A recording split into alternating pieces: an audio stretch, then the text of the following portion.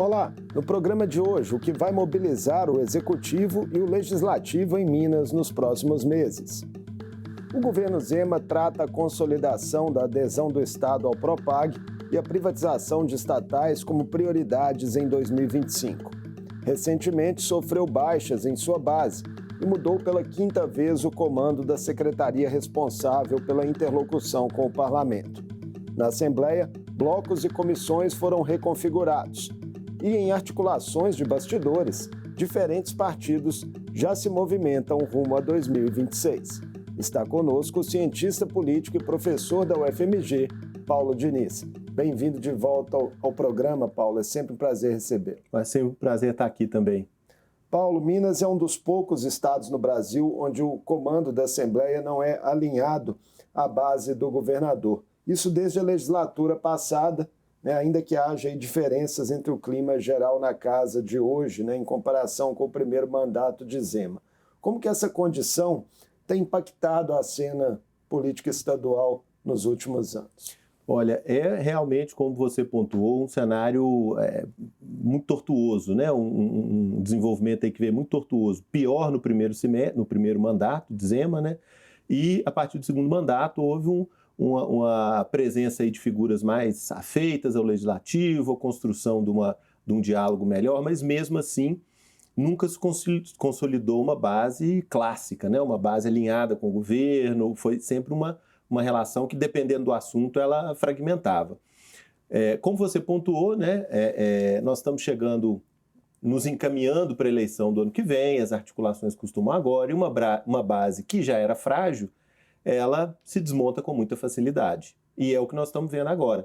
Você se refere à saída do PL, principalmente? Sim. E também, isso aí do ponto de vista formal, institucional, mas também há uma boa vontade menor, uma má vontade maior para discussões aí em termos de temas específicos, de tópicos isolados, que eu acho que o governo vai ter mais dificuldade de juntar apoio.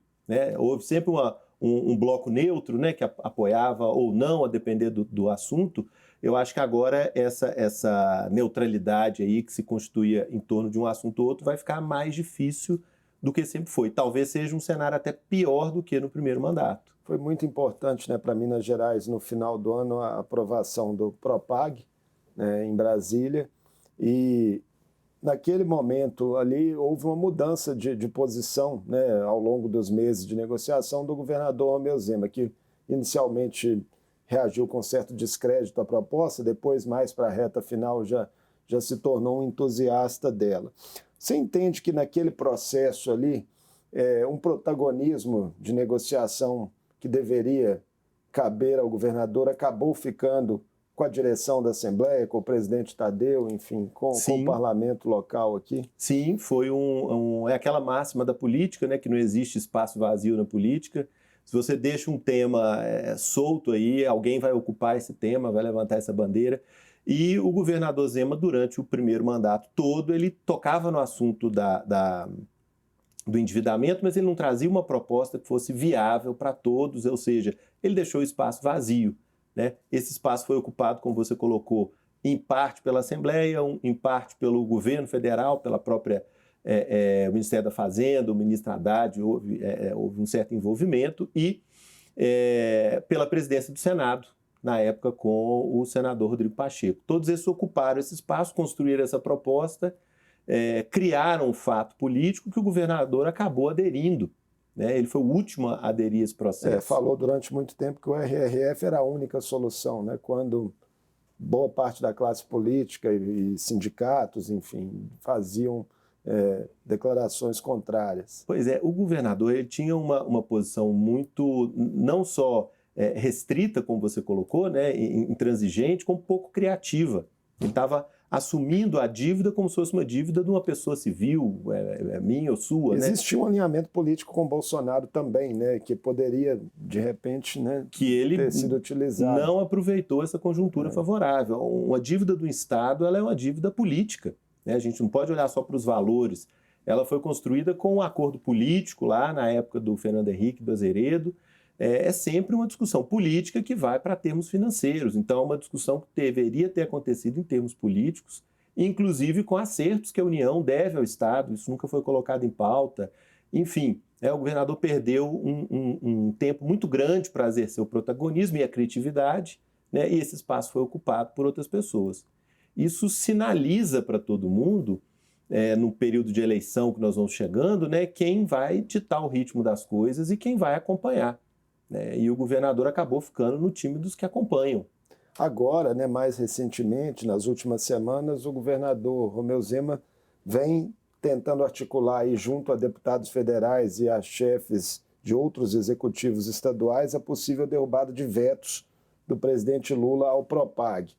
Essa é uma queda de braço, Paulo, que já tem questões eleitorais também como pano de fundo? Olha, eu acho que no momento não. Nos momento agora, acredito no primeiro semestre, acho que é uma pauta que ainda não está contaminada, não. Mas existe um potencial, sim, para ela se tornar uma pauta essencialmente política, principalmente a partir do segundo semestre. Eu vejo, sim, a partir das declarações, o tom das declarações que vêm sendo feitas, né? Não se fala muito em partido, se fala muito em estrutura, né? Como se chegou a esse endividamento, em estados, ali você não separa Minas Gerais, você fala sempre Minas Gerais, Rio Grande do Sul, em primeiro lugar. Então, por enquanto, eu ainda vejo essa pauta sendo tratada aí pelos meios políticos mais como uma pauta técnica, vamos dizer assim. Mas o potencial para isso se partidarizar é muito grande e está aí, né, virando a esquina. Essa semana a imprensa, né, traz aí já também repercussões de um atrito entre governadores e o presidente Lula em torno do ICMS dos alimentos, né? Pois é uma questão antiga, né?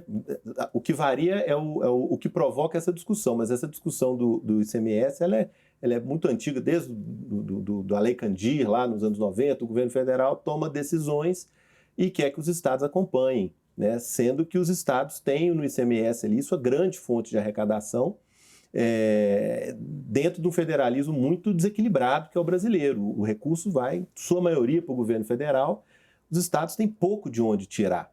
Hoje tem governadores falando aí que o presidente tenta transferir uma impopularidade de seu governo que está registrado nas pesquisas. É verdade. É verdade se você fizer uma leitura assim, de popularidade desse momento de agora, né? Mas é algo que tem raízes aí muito profundas, né? E aí, nesse ponto, os governadores eles não têm de onde tirar, né? Claro que, né, uma questão de cesta básica, de alimentação básica, nem era para estar sendo discutida, né? Alguns estados já têm até alguma isenção nesse sentido, né? Sim, era algo que deveria ter equilibrado em outros pontos aí da distribuição dos recursos, para a discussão não estar colocada em cima da cesta básica, e a última discussão, há poucas semanas atrás, era dos combustíveis, né? Então, assim, varia o assunto, mas o núcleo é o mesmo. Na esteira do Propag, Paulo, Romeu Zema, o governador, segue colocando publicamente, né, em constantes ocasiões, também a privatização de estatais como prioridade do governo mineiro. Agora usando inclusive o argumento de que essas privatizações poderiam ser benéficas para facilitar a transferência do que sobrar para a União. Há clima, a seu ver, para que essas pautas hoje paralisadas no parlamento, né, que estão aí há muitos anos sendo defendidas pelo governador Romeu Zema, enfim, avancem agora? Olha, em todo o período de governo do Zema, ele sempre tocou nesse assunto, e esse é o pior momento politicamente, nesses seis anos e meio aí, é o pior momento para se falar nisso. Eu digo em termos de viabilidade política. E, curiosamente, os projetos chegaram aqui no final do ano passado. Pois é. Formalmente, né? CEMIG e Copasa. Eu já coloquei essa pontuação, inclusive aqui no programa, em outra participação, que eu acho que é um assunto mais interessante para o governo como propaganda do que como uma realização efetiva. Então, dizer que está trabalhando pela privatização, é mais interessante do que privatizar. Então, isso aí vira uma bandeira, olha, estou trabalhando, estou fazendo e tal. Eu acredito nisso, porque não faz sentido você ter tanto tempo para trabalhar nessa pauta e nada ter caminhado. do ponto de vista do Executivo, e o Executivo tem muito pouca flexibilidade para trabalhar isso com o Legislativo e com a sociedade. Com a base menor, né? Por exemplo, a questão do referendo, né, popular que hoje é previsto na Constituição de Minas Gerais, no caso de venda de estatais, o governo quer tirar esse referendo, precisaria aí de 48 votos. Hoje os dois blocos governistas na casa têm 46 deputados. Eu acho que é uma chance nula disso acontecer, mas eu repito, como pauta, é uma pauta que chama atenção e é interessante o governo dizer que está tentando e colocar a culpa no outro, né? Olha, encaminhei para a Assembleia, fiz a minha parte, não está acontecendo por culpa deles. Era um programa de governo, né? Essas privatizações estavam, né, claramente ali como prioridades de Zema. E durante muito tempo o governo falou do assunto sem tocar, por exemplo, como se não existisse esse quesito do referendo, mais como marketing, né, do que como uma ação mesmo. O governo também trocou recentemente pela 5ª vez o comando, né, da Secretaria de Governo, que é a pasta responsável aqui pela interlocução com a Assembleia. Assumiu agora o ex-deputado federal Marcelo Aro, substituindo o deputado estadual Gustavo Valadares. Quais efeitos que isso traz para o xadrez, Paulo? Olha, considerando quem entra e quem sai, eu acho que não tem não prejudica o governo, e nem são pessoas do meio político, né, acostumados, são do legislativo, de trajetória no legislativo. Mas não vê grande diferença em perfis? Acho que não vejo diferença pelo perfil, acho que um perfil muito parecido, porque sabem conversar, sabem compor, entendem a lógica do legislativo, e eu faço uma diferença agora com o primeiro mandato, onde essa lógica de compor e de aproximar não existia. Claro que a minha referência é o primeiro mandato, né, mas eu não vejo muita diferença assim, em termos de perfil. Agora, o ambiente está menos propício, né, para se construir essa base. Marcelo Aro talvez tenha mais ramificações aí partidárias, digamos assim, né, controle de legendas. Sim, mas eu penso em termos de plenário, sabe, em termos de composição, de plenário, de conversa. Eu acho que são ambos aí do métier, ambos experientes nesse assunto, então acho que continua andando da mesma forma. É uma figura pragmática, que vai agir de forma pragmática na sua avaliação, Marcelo Aro? Sim, e principalmente entende a lógica do legislativo.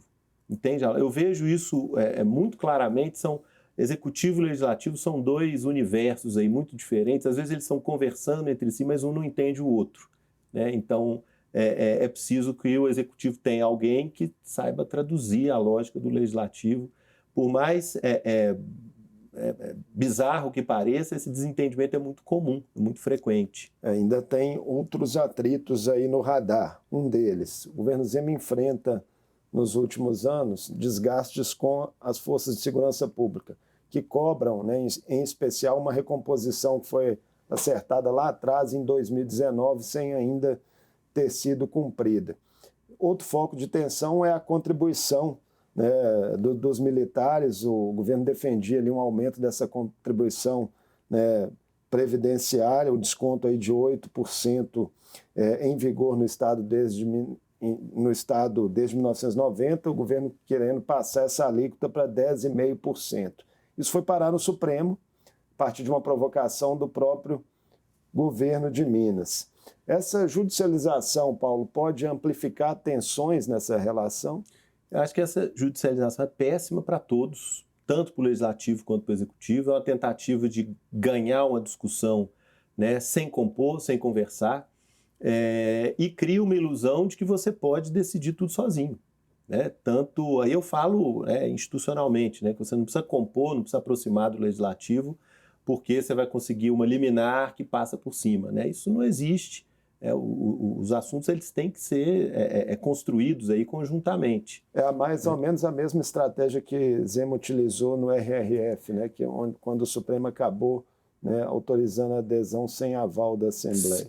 Exatamente, é algo muito prejudicial. A gente vê isso em esfera federal também, com vários assuntos.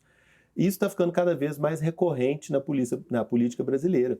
Essa ideia de que você pode contornar a política e resolver as coisas aí com poder no liminar. E muitas vezes isso tem um efeito técnico, isso não aparece muito, mas o poder menos qualificado para decidir detalhes técnicos, um percentual vai ser de 8, 8,5, 9, é justamente o judiciário, que não tem uma vivência, não tem uma formação técnica para decidir esse tipo de coisa. E acaba sendo colocada a decisão no colo do judiciário e ele vai decidir, né? Então é ruim para todo mundo.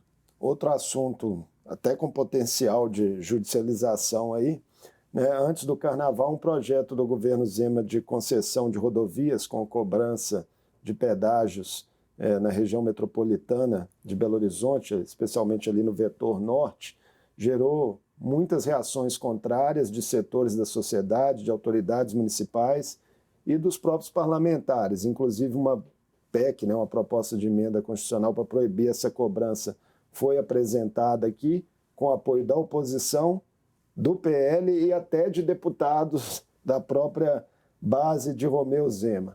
Como é que você está vendo essa discussão, se você entende que ela ainda pode mobilizar muita atenção aí nesses próximos meses? Olha, quando eu te falo de conversar e compor, o governo tem alguns pontos que ele é intransigente, que ele não acha que tem que conversar nem compor, a questão do reajuste dos militares, vamos fazer de tudo para não ter que ceder, a questão das concessões de rodovias, né?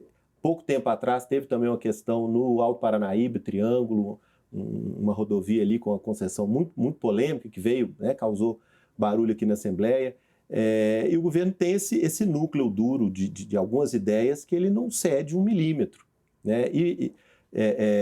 As coisas acabam explodindo em algum momento, né? Acaba abrindo discussões como essas quedas de braço, às vezes judicializa, às vezes não, mas eu vejo como alguns pontos que o governo deveria abrir o coração, né? Necessariamente. Olha, não dá para levar exatamente aquela proposta que é do interesse do governo, precisa ceder algum ponto. E é isso que o Executivo não tem feito, né, nessas pautas. Essas pautas vão se arrastando, volta e meia elas vêm para a manchete de novo com uma PEC, com uma judicialização, mas é a mesma ideia central. O governo não aceita ceder, né, e governar, ninguém governa sozinho. Você precisa flexibilizar ou ser criativo, ou ter alguma outra ideia que vá, né, substituir essa e gerar menos impacto. Já tivemos uma audiência aqui na Assembleia, antes do Carnaval, uma audiência pública que debateu esse assunto dos pedágios e temos pelo menos 2 projetos aí, né, para caminharem nas comissões. Uma PEC e um projeto de lei também do deputado Bruno Engler, a PEC da deputada Bela Gonçalves. Pois é, isso vai gerar um burburinho, vai gerar um tumulto que não é favorável ao governo, né? Como eu falei, já é uma base frágil que andou sendo desmontada. Você ainda tem alguns assuntos esparsos assim que vão opondo mais gente ao governo. Então, a possibilidade do governo conseguir o que pessoal do PL nesse caso. Né? O governo conseguiu o que ele quer, vai ficando cada vez mais difícil. Paulo, agora vamos para as projeções para 2026. Uma recente pesquisa da Quest, né, apontou que para o governo de Minas, o senador Cleitinho aparece à frente nas intenções de voto, com 33%. O ex-prefeito de Belo Horizonte, Alexandre Calil, vem em seguida com 16%. Depois, Rodrigo Pacheco, senador, 8%. E Matheus Simões, o atual vice-governador, que já é um candidato declarado de Romeu Zema, apenas na 4ª colocação com 4%. O que esses números sinalizam, restando ainda, né, quase 20 meses para a eleição? É bastante tempo.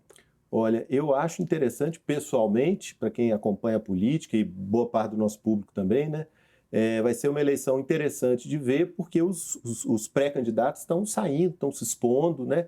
Que é algo que isso há um ano mais de um ano e meio antes da eleição, eles já estão se colocando aí publicamente, diferente de 2022, diferente de 2018, quando todo mundo esperou até o último minuto para se assumir. Então é bem interessante esse cenário. Eu acho que vai ficar entre as 3 dessas figuras, acho que Alexandre Calil não deve...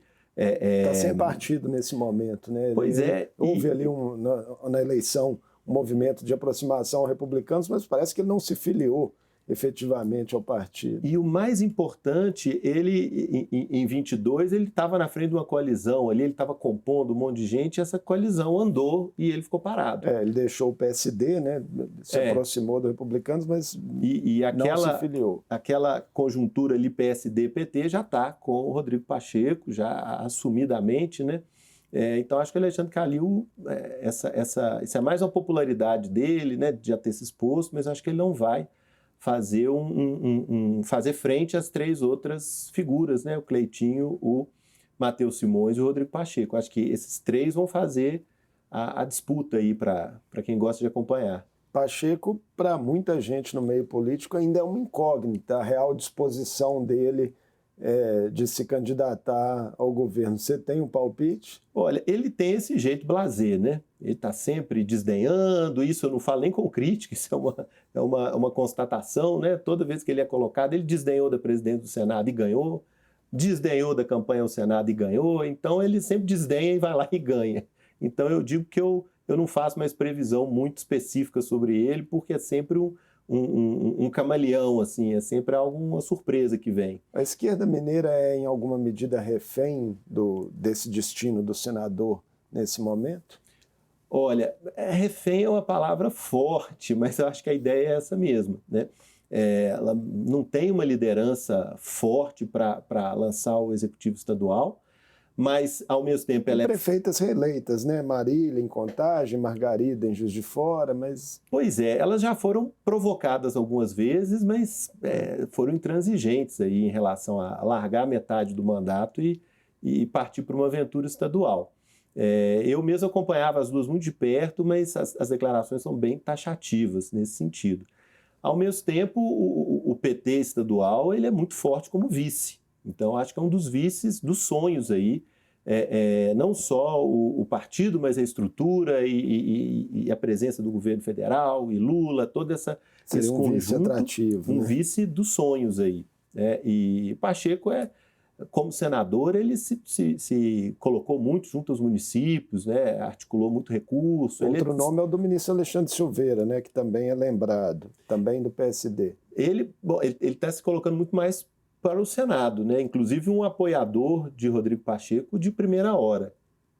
São os nomes aí, né? Vamos ver como vai caminhar nessas possibilidades. O PT pode também, de repente, lançar alguma candidatura para marcar posição. Eu acho pouco provável, porque o maior cabo eleitoral, a pessoa que está mais empolgada com a candidatura do Rodrigo Pacheco é o presidente Lula. Dificilmente eu vejo ele com tanta ênfase assim, colocar um candidato, já falou várias vezes, já falou aqui em Minas. Então, acho pouco provável que ele vá, em último momento, permitir uma dissidência aqui. E ele é quem dá a última palavra dentro do PT, né? Ele deve apontar um vice de destaque aí do partido, né? Alguém que consiga manter essa esquerda mais tradicional unida e trabalhando para o Rodrigo Pacheco. Falando no líder das pesquisas, Cleitinho é alinhado ao ex-presidente Bolsonaro, aposta, né, fortemente no engajamento via redes sociais e vem tendo uma possível filiação ao PL especulada. Mas notícias de bastidores dão conta de que o próprio Cleitinho tem certa dúvida por talvez entender aí que o PL carrega uma rejeição maior em determinadas fatias do eleitorado. Como é que você vê o perfil, né, que é bem peculiar do senador e quais prós e contras ele teria em uma candidatura ao governo? Olha, eu acho que o Cleitinho está em um processo de mudança política, não a figura das redes sociais, não a imagem, o marketing dele, não. Mas em termos da porta para frente, em termos políticos, ele tem mudado muito. E está testando muita coisa agora que é tempo. Por exemplo, ele tem feito declarações favoráveis ao governo Lula e está ganhando um respaldo enorme em rede social, na imprensa nacional. Ele é uma figura hoje nacional, né? E isso parece que está agradando, porque esses apoios esporádicos ao governo Lula estão ficando mais frequentes. É uma no cravo, outra na ferradura, né? E ele está percebendo que isso é bom, isso não afeta a imagem dele como pessoa física, né, que se coloca lá, e abre muitas portas politicamente. Então eu acho que o Cleitinho de agora e do ano que vem é muito diferente da eleição do Senado e da trajetória dele aqui na Assembleia. Ele está testando uma posição mais pragmática e faz todo sentido essa ressalva em relação ao PL. Ele não precisa mais do Bolsonaro, definitivamente, não precisa mais. Ele é uma direita, mas uma direita que ele está se colocando com uma direita mais pragmática, mais flexível, mais populista, no sentido de conversar com a população. Ele não precisa mais do Bolsonaro. Não vai travar uma guerra, não vai fazer oposição, mas ele se levanta, principalmente dentro de Minas, né, independente do apoio de Bolsonaro, que dificilmente ele vai ter também. Sem uma direita unificada, como é que você vê as chances de Matheus Simões, o vice-governador, né, que vai ser muito provavelmente aí um candidato de situação defendendo a continuidade do governo Zema? Pois é, como você bem colocou, em uma situação de direita fragmentada, o vice-governador ele fica muito fragilizado, porque ele não é necessariamente uma pessoa carismática, ele não tem uma trajetória muito de exposição pública, isso é algo que começaram a cultivar agora nesse segundo mandato de Zema, né? Vem viajando bastante, né? Pois é, mas é tarde para começar isso, na minha opinião. Ele está começando tarde e ele não tem um perfil magnético que atrai as pessoas. Ele precisaria da máquina do Estado, que isso ele tem, mas precisaria também de algo que o promovesse, ou de gente que o promovesse, que o levantasse nesse sentido, e provavelmente ele não vai ter. Provavelmente o imã, né, quem vai atrair as atenções, os olhares todos, vai ser Cleitinho. Principalmente do centro para a direita, Cleitinho vai roubar a exposição. Roubar no sentido de capturar, né, de atrair para si forçosamente toda a exposição que é essencial para o Matheus Simões crescer. Então ele vai perder justamente o que ele mais precisa, que é um contato direto com o eleitor. Mas eu não descarto completamente, porque quem tem a máquina nunca está fora desse jogo, né? Nosso tempo está acabando, Paulo, mas bem rapidamente, só para a gente encerrar, como é que você vê as chances de Romeu Zema em uma eventual articulação nacional aí, de adversários, né, na direita contra o governo Lula em 2026? Olha, ele precisava do protagonismo, né, ele precisava assumir o protagonismo, se colocar como candidato, e ele ainda não fez isso. Ele fala de uma maneira muito tímida, muito discreta, ele se coloca como candidato, mas se oferece como vice, algo que não condiz com alguém que quer ser presidente. Então, acho que as chances dele são cada vez menores e ele não pode culpar ninguém, senão ele mesmo. Muito obrigado por mais essa conversa conosco aqui no Mundo Político, Paulo. É sempre uma alegria para nós tê-lo no programa. É sempre bom estar aqui com o público mineiro. Eu conversei com o cientista político e professor da UFMG, Paulo Diniz. Falamos sobre os temas que movimentam a cena política mineira nesse início de 2025. A adesão do Estado ao Propag, projetos de privatizações de estatais, a dinâmica da relação entre os poderes e articulações partidárias que miram 2026. O Mundo Político fica por aqui. Obrigado por nos acompanhar e até o próximo programa.